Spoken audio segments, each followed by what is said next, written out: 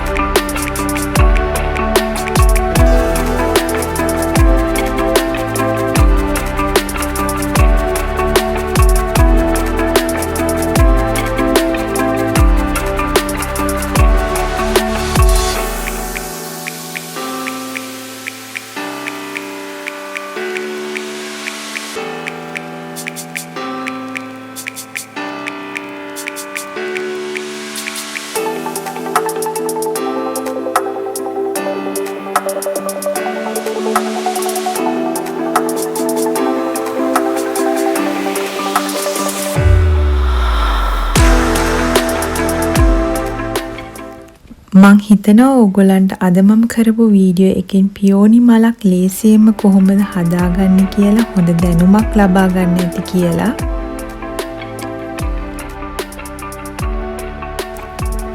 මේ වීඩියෝ එකට කැමති නම් ලයික් එකක් දාලා සබ්ස්ක්‍රයිබ් කරන්නත් අමතක කරන්න එපා. එහෙනම් නැවතත් අපි අලුත් ටියුටෝරියල් එකකින් හම්බ වෙනකන් ඕගොල්ලන්ට සුබ දවසක්.